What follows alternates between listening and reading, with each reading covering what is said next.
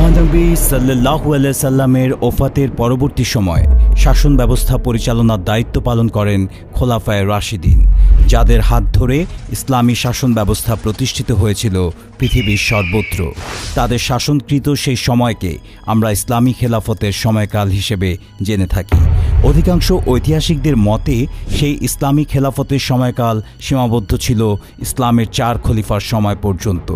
আবু বকর রাদিয়াল্লাহু তাআলা আনহু, ওমর রাদিয়াল্লাহু তাআলা আনহু, ওসমান রাদিয়াল্লাহু তাআলা আনহু এবং আলী রাদিয়াল্লাহু তাআলা আনহু। এই 4 জন ছিলেন ইসলামী খেলাফতের 4 খলিফা। তবে কিছু ঐতিহাসিকগণ আলী রাদিয়াল্লাহু তাআলা আনহুর খেলাফতের পতনের পর হযরত হাসান রাদিয়াল্লাহু তাআলা আনহুয়ের শাসন ব্যবস্থাকেও ইসলামের খেলাফতের মাঝে শামিল করেন, যার কারণে রাসূল সাল্লাল্লাহু আলাইহি সাল্লামের ওফাতের পর 30 বছর ইসলামী খেলাফত কায়েম ছিল বলে বর্ণনা করা হয়। তবে অধিকাংশের মতে আলী রাদিয়াল্লাহু তাআলা আনহুয়ের পতনের ফলেই শেষ হয়ে যায় ইসলামী খেলাফতের শাসন ব্যবস্থা এবং প্রতিষ্ঠিত হয় ইসলামের সর্বপ্রথম রাজা বা বাদশাহ, শুরু হয় রাজতন্ত্র। আর সেই রাজতন্ত্রের প্রথম রাজা বা শাসক হিসেবে নির্বাচিত হন আল্লাহর রাসূলের আরও এক প্রসিদ্ধ সাহাবী মুয়াবিয়া রাদিয়াল্লাহু তাআলা আনহু। আজকের এই পর্বে আমরা মুয়াবিয়া রাদিয়াল্লাহু তাআলা আনহুর সংক্ষিপ্ত জীবনী ও একজন শাসনকর্তা হয়ে ওঠার বিষয়টা জানব। তার জন্ম হয়েছিল মক্কার কুরাইশ বংশের উমাইয়া শাখায়। সময়টা ছিল 606 খ্রিস্টাব্দ।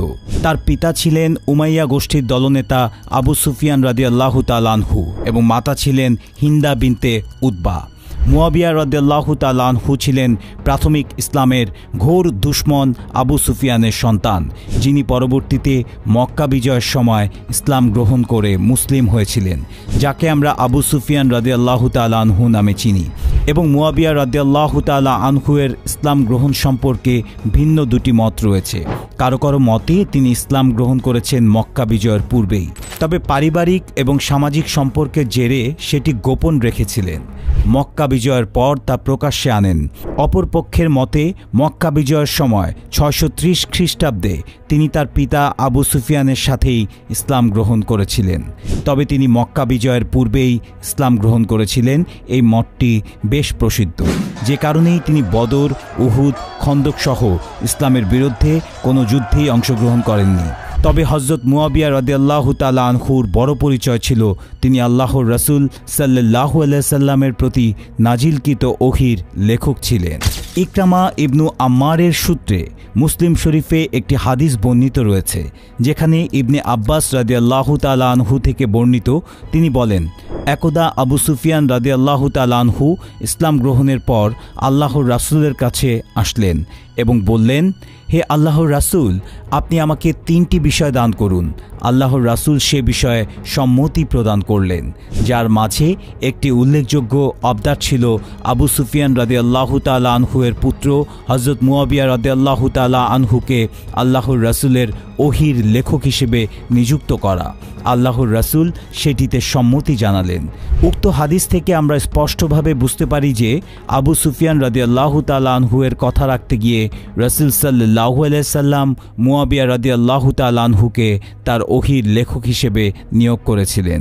তবে সে বিষয়ে আল্লাহ তাআলার সম্মতি ছিল। ঐতিহাসিকদের মতে মুয়াবিয়া রাদিয়াল্লাহু তাআলা আনহু ছিলেন ইসলামের প্রথম ও উত্তম রাজা। এ বিষয়ে হিস্ট্রি অব দ্য আরব বইটিতে ঐতিহাসিক পিকে হিট্রি বলেন, he was not only the first but also one of the best Arab king. অর্থাৎ মুয়াবিয়া রাদিয়াল্লাহু তাআলা আনহু শুধু ইসলামের প্রথম রাজা নন, বরং তিনি সর্বোত্তম রাজাও ছিলেন এবং তিনি ছিলেন উমাইয়া খিলাফতের প্রতিষ্ঠাতা। মুয়াবিয়া রাদিয়াল্লাহু তাআলা আনহু ছিলেন একজন রাজনৈতিক কূটনীতিবিদ। তার রাজনৈতিক দূরদর্শিতা ও যোগ্যতা ছিল অসামান্য। তিনি অত্যন্ত বুদ্ধিমত্তা ও যোগ্যতার অধিকারী হওয়ার পাশাপাশি একজন বিশ্বাসী ও নির্ভরযোগ্য ব্যক্তি ছিলেন, যে কারণে ওহী লেখার মতো গুরুত্বপূর্ণ বিষয়ে আল্লাহর রাসূল সাল্লাল্লাহু আলাইহি সাল্লাম তাকে নিযুক্ত করেছিলেন। তার সমীপে রাসূল সাল্লাল্লাহু আলাইহি সাল্লামের 163টি হাদিস বর্ণিত হয়েছে এবং তিনি ছিলেন ইসলামের প্রথম ইতিহাস রচনাকারী। তার রাজনৈতিক দূরদর্শিতা ও ক্ষীণ দৃষ্টিভঙ্গির কারণে ওমর রাদিয়াল্লাহু তাআলা আনহু তার খেলাফতের সময় তাকে দামেস্কের আমির নির্বাচিত করেছিলেন। একইভাবে ওসমান রাদিয়াল্লাহু তাআলা আনহু এর খেলাফতের সময় তাকে সিরিয়ার দায়িত্বে গভর্নর হিসেবে প্রেরণ করা হয়েছিল। ইসলাম প্রতিষ্ঠার বহু সংগ্রামে তিনি নেতৃত্ব প্রদান করেছেন। সুনানে আহমদের ১৬,৯৩৩ নম্বর হাদিসে বর্ণিত রয়েছে, একদা মুয়াবিয়া রাদিয়াল্লাহু তাআলা আনহু মহানবী সাল্লাল্লাহু আলাইহি সাল্লামকে অজুর পানি ঢেলে দিচ্ছিলেন। এমন সময় রাসূল সাল্লাল্লাহু আলাইহি সাল্লাম তাকে উদ্দেশ্য করে বললেন, তোমাকে যদি কখনো আমিন নিযুক্ত করা হয় তবে তুমি আল্লাহকে ভয়পূর্বক ইনসাফ প্রতিষ্ঠা করবে। তাই মুয়াবিয়া রাদিয়াল্লাহু তাআলা আনহু আগে থেকেই বিশ্বাস করতেন তার উপরে নেতৃত্বের দায়িত্ব আসবে এবং সেটি এসেও ছিল। তিনি ওমর রাদিয়াল্লাহু তাআলা আনহু এবং আবু বকর রাদিয়াল্লাহু তাআলা আনহুর খেলাফতের সময় দুই প্রাদেশিক আমির হিসেবে নিযুক্ত হলেও আলী রাদিয়াল্লাহু তাআলা আনহু এর খেলাফতের পতনের পরে ইসলামের প্রথম রাজা হিসেবে নিজেকে প্রতিষ্ঠিত করেছিলেন। এছাড়াও তিনি সর্বপ্রথম ডাক প্রথা চালু করেন। গুরুত্বপূর্ণ পত্র আদান প্রদান ও গোয়েন্দা তৎপরতা চালানো সহ এ জাতীয় প্রভৃতি কারণে মুয়াবিয়া রাদিয়াল্লাহু তাআলা আনহু দেওয়ানুল বারিদ নামে একটি ডাক যোগাযোগ মাধ্যম গড়ে তোলেন এবং এর প্রধানের দায়িত্বে যাকে নিযুক্ত করা হয় তার নামকরণ করা হয় সহিবুল খাতাম নামে। এছাড়াও প্রায় ১৭০০-র বেশি নৌজাহানের মাধ্যমে তিনি নৌবাহিনী গঠন করেন, যার মাধ্যমে অনেক সংগ্রাম পরিচালনা ও রাজ্য বিস্তার করেন। তিনি রাজা হিসেবে অধিষ্ঠিত হলেও তার এই ক্ষমতা কিংবা খেলাফত সহজে লাভ করেননি। এর জন্য তাকে লড়াই করতে হয়েছে এবং রাজনৈতিকভাবে দূরদর্শিতার প্রমাণ দিতে হয়েছে, যার মাঝে সবচাইতে বড় বাধা ইসলামের চতুর্থ খলিফা হযরত আলী রাদিয়াল্লাহু তাআলা আনহুর বিরুদ্ধে সিফফিনের রক্তক্ষয়ী লড়াই উল্লেখযোগ্য, যা একটি ইতিহাসের সমাপ্তি টেনে নতুন এক ইতিহাসের জন্ম দিয়েছে। সিফফিনের এই দ্বন্দ্ব ইসলামের ইতিহাসে এক যুগান্তকারী ঘটনাগুলির মাঝে একটি, কেননা এটির মাধ্যমে প্রথমবারের মতো ইসলামিক শাসনতন্ত্রে আন্তঃকোন্দল ও গৃহযুদ্ধের সম্ভাবনা জাগে ও সেটা প্রকাশ্যে আসে। সেই অন্তঃকোন্দলের সূত্রপাত ঘটে ইসলামের তৃতীয় খলিফা ওসমান রাদিয়াল্লাহু তাআলা আনহু এর ওফাতের পরবর্তী সময়ে। ওসমান রাদিয়াল্লাহু তাআলা আনহু এর পরলোক গমন ছিল অস্বাভাবিক। ইসলামের ইতিহাসে এর পূর্বে এতটা মর্মান্তিক শাহাদাত বরণের ইতিহাস নজিরবিহীন, যা পুরো বিশ্ব মুসলিমকে সিক্ত করেছিল। ওসমান রাদিয়াল্লাহু তাআলা আনহু এর পরলোক গমনের পর তার স্থলাভিষিক্ত হন ইসলামের চতুর্থ খলিফা আলী রাদিয়াল্লাহু তাআলা আনহু। আলী রাদিয়াল্লাহু তাআলা আনহু ছিলেন হাশেমি বংশের, অপরপক্ষে ওসমান রাদিয়াল্লাহু তাআলা আনহু ছিলেন উমাইয়া বংশের। ইতিহাস পর্যালোচনা করলে দেখা যায় রাসূল সাল্লাল্লাহু আলাইহি সাল্লামের আগমনেরও বহু আগে থেকেই হাশেমি ও উমাইয়া বংশের মাঝে একটি দ্বন্দ্ব ও সংঘাত প্রচলিত ছিল। ওমর রাদিয়াল্লাহু তাআলা আনহু এর পরলোক গমনের পর ওসমান রাদিয়াল্লাহু তাআলা আনহু তৃতীয় খলিফা নির্বাচিত হলে সেই সংঘাত পূর্বের তুলনায় কঠোর হয়ে ওঠে, কেননা হাশেমি বংশের তুলনায় উমাইয়ারা অধিক ক্ষমতাসীন হয়ে ওঠেন।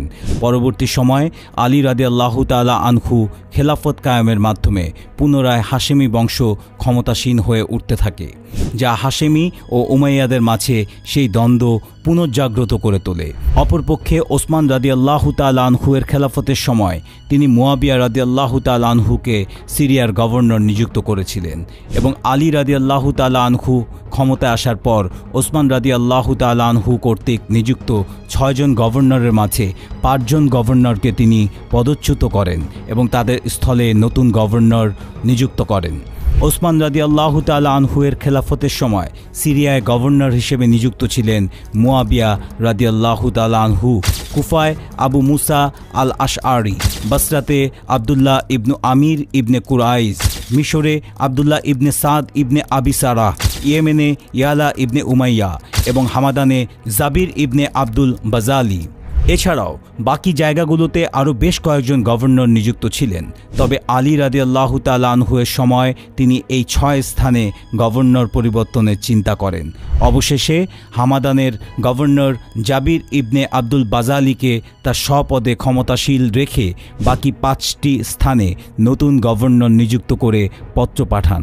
কয়েক দফা পত্র আদান প্রদান ও আলোচনা সাপেক্ষে সিরিয়া ব্যতীত বাকি 4 স্থান অর্থাৎ কুফা, বসরা, মিশর ও ইয়েমেনের সকলে আলী রাদিয়াল্লাহু তাআলা আনহু-এর বায়াত গ্রহণ করেন। তবে ব্যতিক্রম ঘটে সিরিয়ার গভর্নর হযরত মুয়াবিয়া রাদিয়াল্লাহু তাআলা আনহুর ক্ষেত্রে। আলী রাদিয়াল্লাহু তাআলা আনহু যখন ওসমান রাদিয়াল্লাহু তাআলা আনহু কর্তৃক নিযুক্ত গভর্নরদের পদত্যাগ করার সিদ্ধান্ত নেন, তখন মুগিরা ইবনে সুরা রাদিয়াল্লাহু তাআলা আনহু আলী রাদিয়াল্লাহু তাআলা আনহুকে পরামর্শ প্রদান করেন।